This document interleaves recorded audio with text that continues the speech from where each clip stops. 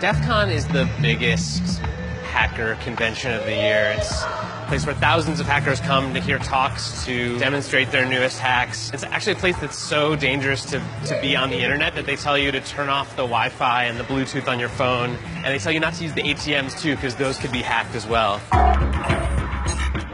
This is the DEF CON ballroom. This is sort of the main room where things are happening, and it's pretty wild. I think this is Car Hacking Village. This car is locked. Can you get me in? I'll unlock it for you. Should be good. Hacking is no longer like this fringe activity, and if you are at DEF CON, there's a good chance that you're here because you want to learn what could happen to you or your company. Anyone here first time in the SCCTF? Holy crap. I invited Chris to hack me with his team, but they're going to hack me using social engineering, which is essentially hacking without any code. They just use a phone and an internet connection. We help people with human security issues by testing vulnerabilities for like a network test, but it's for the people network. We test those vulnerabilities, see where the holes are, and then help people learn so they can patch them. Can we try some of this? Can we try some? Yeah. See if it works? Yeah, we probably could have our star visher here make some phone calls as Let's do it. Sure. Do you want to do a sample phishing call? What's phishing? Phishing is voice solicitation, and basically what you do is you use the phone to extract information or data points that can be used in a later attack. Let's do it. Who are you going to call? Maybe I'll call your cell phone provider Okay. and see if I can get them to give me your email address. I bet they're good. I bet they have my back. But yeah, go for it. I'm going to spoof from your number, so it's going to look like it's calling from you. Okay. Hi, I'm so sorry. Can you hear me okay? My baby, I'm sorry. my husband's like, we're about to apply for a loan and we just had a baby and he's like, get this done by today. So I'm so sorry. I can't call you back.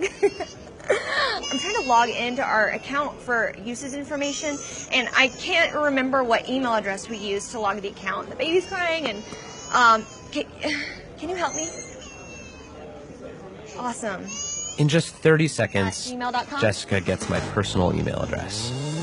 Now, if I needed to add our older daughter on our account so she could call in and make changes, how would I need to go about doing that? You would have to send me a secure PIN through a text message? Yeah, well, the thing is, I don't think I'll be able to receive a text message if I'm on the phone. Shh. Oh, I'm not on there either?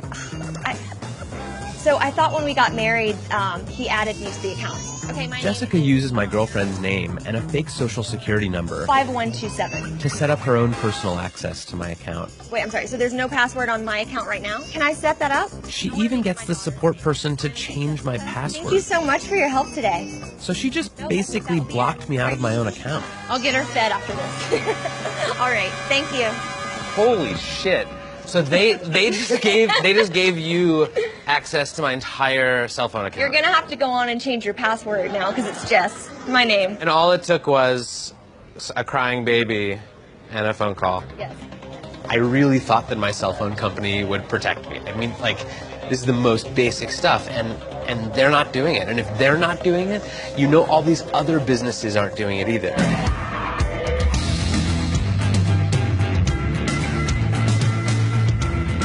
Anyone with a phone and an internet connection can do social engineering. But I was curious, what can a hacker with serious coding skills do?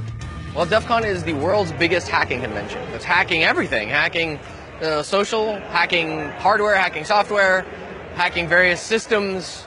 I asked Dan Tentler, a well-known security researcher, to turn all of his firepower on me. I did get into quite a number of things that I found. So what were the first things you did? How did you start hacking me? I quickly found your Squarespace blog and had an idea. Basically what I did was created a bogus Squarespace site and sent an email to you, a phish asking you to go to this website, run the certificate installer. And I did it, because I'm an idiot. So once you ran that, it gave me access to your computer, and I created several fake pop-ups that looked like system pop-ups that would ask you for your credentials. You didn't even have to have my passwords. No, you gave them to me. I gave them to you. Yeah. So I stole your 1Password keychain. And 1Password is where I store all my other passwords. So effectively by... And your social security number and your Amex stuff and all your stock trading and bank information. I can send email to everyone in this room as you I am you right now if I want it to be. If my evilness is working correctly, it should actually be taking pictures of your desktop and pictures through your webcam every 2 minutes. And I have been watching you for about 2 days now. In coffee shops, at your mom's house, on a plane. Here's you editing stuff. There's you like. Oh my God! So this is literally every 2 minutes through my webcam. Yeah, through this guy. How badly could you have messed up my life? I could have made you homeless. I could have made you homeless and penniless. How? Like, how would you make me homeless? Like, I have control of your digital life in its entirety. I have all your credentials. I have all your access to all your financial information, all your work information, all your personal information. I can pay people with your bank account or your Amex account. I am you. I can fully impersonate. Like, the only thing I couldn't doctor would be like your fingerprints. This is like as bad as it gets. It's ridiculous. Yeah, it's bad. So it turns out that Dan Tentler is very good at his job. I mean, he hacked the hell out of me. He got everything. Well, I mean, frankly, I want to take my computer and throw it into the deepest part of the ocean, and I want to become a hermit, and I want to never touch a piece of technology again, because holy shit, that was everything. That was the keys to my entire life, and he just pulled them out of his pocket. But even if I keep my passwords and my bank accounts safe, I could still be in danger from hacks. Because with factories, power plants, and other major infrastructure being controlled by networked computers, the world itself is hackable. I'm going to meet Marina Crodofil. She's studying hacking chemical plants. She's thinking about what happens if hackers decide to go after infrastructure. But this is the kind of hacking that could really ruin, like, an entire country. So, let's just say like a nuclear power plant could have a big accident, and they think our machine just malfunctioned, our safeguards didn't work, but it's actually someone hacking.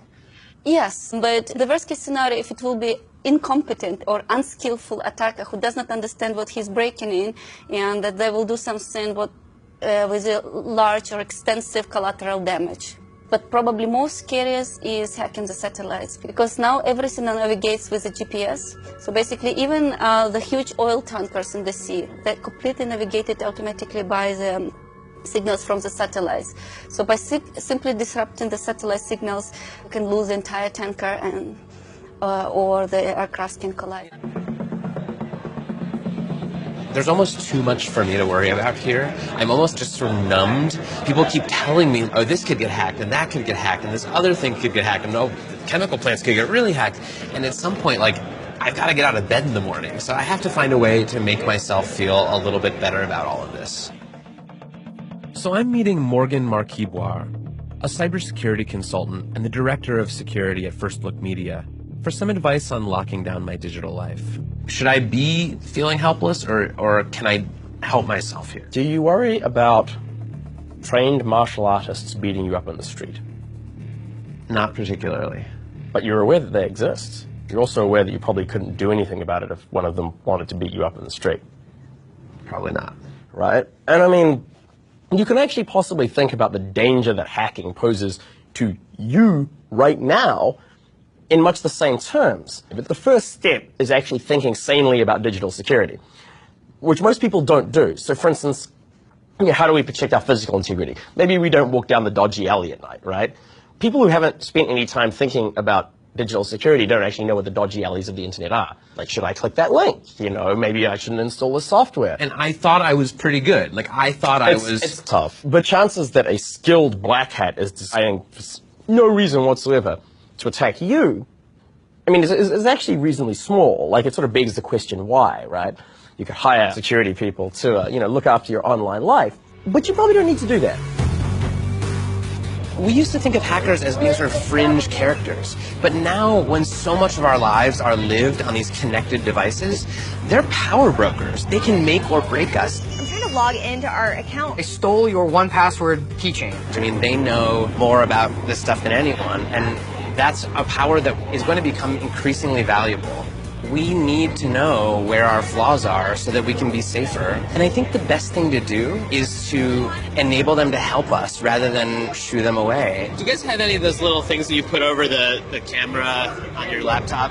Paradoxically, I feel more secure now than I did last week, because now at least I know what I have to fix.